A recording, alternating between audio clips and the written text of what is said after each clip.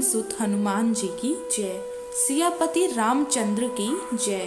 प्रिय श्रोताओं, जिस तरह से सोमवार का व्रत भगवान शिव को समर्पित होता है, उसी तरह से मंगलवार का दिन बजरंग बली हनुमान जी को समर्पित होता है। मंगल ग्रह 9 ग्रहों में से एक है, जिसे अंगारक और कुजा नाम से भी जाना जाता है। मंगल देव को पृथ्वी देवी का पुत्र माना जाता है। वे शक्ति, वीरता और साहस के प्रतीक हैं और मंगलवार का दिन बजरंग बली हनुमान जी को समर्पित है। तो आइए श्रोताओं, हम सभी सुनते हैं मंगलवार व्रत की संपूर्ण कथाएं। गणेश पुराण के अनुसार एक बार हिरण्याक्ष के बड़े भाई ने पृथ्वी देवी का अपहरण कर लिया था। पृथ्वी देवी को उससे छुड़ाने के लिए भगवान ने वराह रूप धारण किया। भगवान ने हिरण्याक्ष का वध किया और पृथ्वी देवी को बचाया। उस समय पृथ्वी देवी भगवान से बहुत प्रसन्न हुई और उनसे विवाह करना चाहती थी। वराह अवतार के समय भगवान का प्रकाश आकाश में हजारों सूर्यों के समान था, जो असहनीय था। तब भगवान ने पृथ्वी देवी की इच्छा पूर्ण करने के लिए अपने सुंदर और मूल रूप से उन्हें दर्शन दिए। तब उनका विवाह हुआ और वे 1 वर्ष तक अकेले रहे। तब उनके पुत्र के रूप में मंगल देव का जन्म हुआ।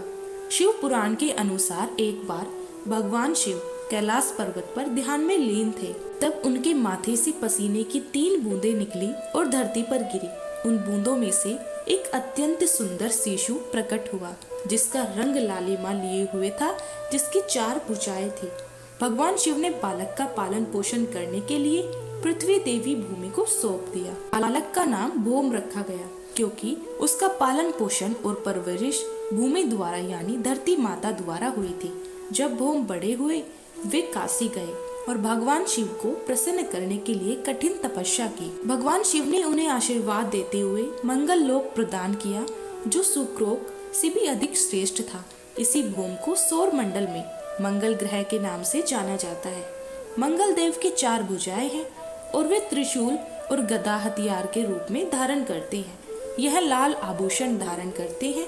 मंगल देव की पूजा करने से त्वचा संबंधी रोग, ऋण और गरीबी से मुक्ति मिलती है। भगवान मंगल का रत्न मूंगा है और उनका दिन मंगलवार है और यह दक्षिण दिशा के संरक्षक है। मंगलवार के व्रत की कथा के अनुसार एक समय की बात है, एक बूढ़ी औरत रहती थी। वह हर मंगलवार को व्रत रखा करती और उन्हें हर तरह की सुख समृद्धि प्राप्त थी। उनकी बहू उन्हें हर मंगलवार को 4 रोटियां देती। तब वह रोटियां लेकर हनुमान जी के मंदिर में जाती और वहां 2 रोटियां अर्पित करती। बाकी 2 रोटियां वह खुद खा लेती और तृप्त हो जाया करती। एक बार बहू ने अपने बच्चों को दादी के पीछे पीछे चलने को वह क्या करती है, इस बात पर नजर रखने के लिए कहा।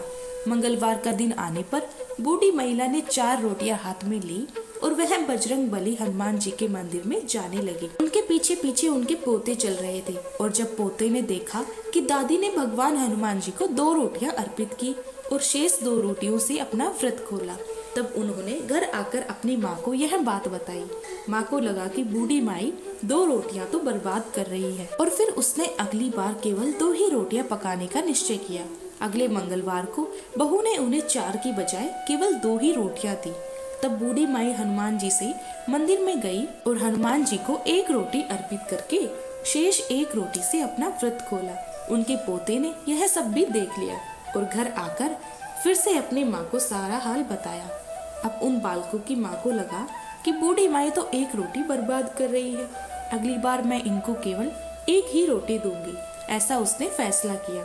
फिर अगला मंगलवार आने पर बहू ने बूढ़ी माई को केवल 1 ही रोटी दी और बूढ़ी माई उस 1 रोटी को लेकर हनुमान जी के मंदिर में चली गई। उन्होंने आधी रोटी भगवान हनुमान जी को अर्पित की, बाकी आधी से अपना व्रत खोला। उनके पोते ने आज यह भी देख लिया तो आकर अपनी माँ को बताया। बहू ने सोचा कि बूढ़ी माई तो घर का पैसा बर्बाद कर रही है। अब उसने फैसला लिया कि वह अगले मंगलवार को उन्हें कोई रोटी नहीं देगी। उधर वह बूढ़ी माई अगले मंगलवार बिना रोटी लिए खाली हाथ बजरंग बली हनुमान जी के मंदिर में गई। आज उनके पास उन्हें अर्पित करने के लिए कुछ भी नहीं था। तब बजरंग बली हनुमान एक छोटे से बालक के रूप में उनके सामने प्रकट हुए और बोले, बूढ़ी माई क्या हुआ है? तब बूढ़ी माई ने उस बालक को पूरी कहानी सुनाई। बालक ने कहा, माई, आप इस मंदिर के पीछे अपनी एक कुटिया क्यों नहीं बना लेती और मुझे अपना पुत्र मान लीजिए। मैं आपके भोजन का प्रबंध कर दिया करूँगा। ऐसे परिवार में रहने का क्या लाभ जो अपने बुजुर्गों की देखभाल नहीं करता। बूढ़ी माई उस बालक की बात मान गई और झोपड़ी बनाकर वहीं पर रहने लगी। हर रोज वह छोटा बालक उनके लिए एक जग भरकर दूध और चीनी मक्खन मिला हुआ चूरमा लाता था। अब बूढ़ी माई का जीवन बहुत सुखमय और शांति भरा था। बूढ़ी माई अब भी प्रत्येक मंगलवार बजरंगबली हनुमान जी की पूजा करके उन्हें भोग लगाकर ही अपना व्रत खोला करती थी। इधर उनकी बहू दिन प्रतिदिन गरीब होती जा रही थी। गरीबी के कारण घर में बिना वजह झगड़े होने लगे, यहाँ तक कि उनके पास खाने को भी बहुत कम बचा हुआ था। एक दिन उसने अपने बच्चों से कहा कि जाओ अपनी दादी के पास जाओ और देखो कि वह क्या करती है। बच्चे अपनी दादी के घर गए तो बूढ़ी माई ने उनका स्वागत किया। उन्होंने बच्चों को दूध और चूरमा दिया और उन्हें रोज आने के लिए कहा। बच्चे घर वापस आए और सारी बात अपनी माँ से बताई। माँ स्वयं जानकर हैरान रह गई कि बूढ़ी माई कमजोर होने के बजाय बिल्कुल स्वस्थ थी। अब बहू को अपनी गलती का एहसास हुआ और बहुत पछतावा। तब उसने अपने पति से उन्हें वापस लाने के लिए कहा, लेकिन उसके पति ने कहा, मैं क्यों जाऊं? हमारे कष्टों के लिए तो तुम ही जिम्मेदार हो। तुम रोज परिवार में झगड़े करवाती हो। तुमने ही तो उन्हें घर छोड़ने का विवश किया था। तुम तो थोड़े से भोजन के लिए भी उनसे ईर्ष्या करती थी। देखो, उनके जाते ही इस घर की सारी सुख समृद्धि मिट गई। तुम्हें बड़ों और उनके नेक कार्यों का कोई आदर ही नहीं है। तब बहू बोली, चलो हम सब उनके पास चलते हैं। हम उन्हें मना लेंगे कि वह वापस आ जाए। तब उसका पति मान गया और वे बुढ़िया माई के पास गए। वहां जाकर उन्होंने देखा कि एक छोटा बालक बूढ़ी माई के पास बैठकर उन्हें भोजन परोस रहा है। बूढ़ी माई की बहू अपनी सास के चरणों में गिर पड़ी और अपनी गलतियों के लिए क्षमा मांगने लगी। बूढ़ी माई ने उस बालक से कहा, मैं उनके साथ जाऊं क्योंकि उन्हें अपनी गलती का एहसास हो गया है। बालक ने कहा, हाँ माँ जी, आप जा सकती हैं। अगर आपको कोई परेशानी हो तो फिर से आप वापस आ जाइएगा। अब बूढ़ी माई अपने परिवार के पास वापस लौट गई। अब भी बूढ़ी माई प्रत्येक मंगलवार का व्रत रखती, लेकिन अब उनकी बहू ने कभी भी हनुमान जी को अपने भोजन का आधा भाग अर्पित करने पर कोई भी आपत्ति नहीं जताई। उनके घर में फिर से सुख समृद्धि लौट आई और वे सभी सुखमय जीवन बिताने लगे। एक बार एक ब्राह्मण दंपत्ति थे। उनके संतान सुख प्राप्त नहीं था, इस कारण वे दुखी रहा करते थे। ब्राह्मण पुत्र प्राप्ति की कामना में हनुमान जी की पूजा करने के लिए एक बार वन में चले गए। वहाँ भक्ति भाव से वे हनुमान जी की पूजा करने लगे। घर पर उनकी पत्नी भी पुत्र प्राप्ति के लिए प्रत्येक मंगलवार का व्रत करती थी। व्रत के अंत में भोजन बनाकर हनुमान जी को भोग लगाने के बाद ही खुद भोजन करती थी। एक बार किसी कारण से ब्राह्मणी भोजन बनाकर हनुमान जी को भोग नहीं लगा पाई, तो उन्होंने अपने मन में प्रण किया कि अब अगले मंगलवार को हनुमान जी को भोग लगाने के बाद ही वह भोजन करेगी। इस तरह 6 दिन भूखे रहने के कारण मंगलवार के दिन वह मूर्छित हो गई। हनुमान जी उन ब्राह्मण की शक्ति, लग्न और निष्ठा देखकर प्रसन्न हो गए। उन्होंने प्रकट होकर दर्शन दिए और कहा, मैं तुमसे बहुत प्रसन्न हूँ। तुम्हें एक सुंदर बालक देता हूँ जो तुम्हारी बहुत सेवा करेगा। तब हनुमान जी ने ब्राह्मणी को बाल रूप में दर्शन दिए और अंतर ध्यान हो गए। सुंदर बालक को पाकर ब्राह्मणी बहुत प्रसन्न हुई और उन्होंने बड़े प्रेम से बालक का नाम मंगल रखा। कुछ समय बाद जब ब्राह्मण वन से वापस आए तो बालक को देखकर पत्नी ने पूछा, यह बालक कौन है? पत्नी बोली, मंगलवार के व्रत से प्रसन्न होकर हनुमान जी ने दर्शन देकर मुझे यह बालक दिया है। लेकिन ब्राह्मण देवता को पत्नी की बात पर विश्वास नहीं हुआ, तो उन्होंने सोचा कि उनकी पत्नी उनसे झूठ बोल रही है और अपना पाप छुपाना चाहती है। एक दिन ब्राह्मण कुएं पर पानी भरने जा रहे थे। ब्राह्मणी ने मंगल को भी साथ ले जाने के लिए कहा। ब्राह्मण देवता मंगल को भी साथ ले गए। मंगल को नाजायज समझते हुए उन्होंने उसे धकेलकर कुएं में गिरा दिया और पानी लेकर घर आ गए। घर आने पर ब्राह्मणी ने पूछा, मंगल कहाँ है? ब्राह्मण देवता कुछ बोलते इससे पहले ही मंगल मुस्कुराता हुआ घर में आ गया। यह देखकर अब तो ब्राह्मण देवता आश्चर्य में पड़ गए। सोचने लगे कि इस बालक को तो मैंने कुएं में धकेल दिया था। फिर रात को सपने में ब्राह्मण देवता ने हनुमान जी को कहा, वे कह रहे थे, यह बालक मैंने दिया है, तुम्हारा पत्नी पर शक करना उचित नहीं है। वह तो पतिव्रता स्त्री है।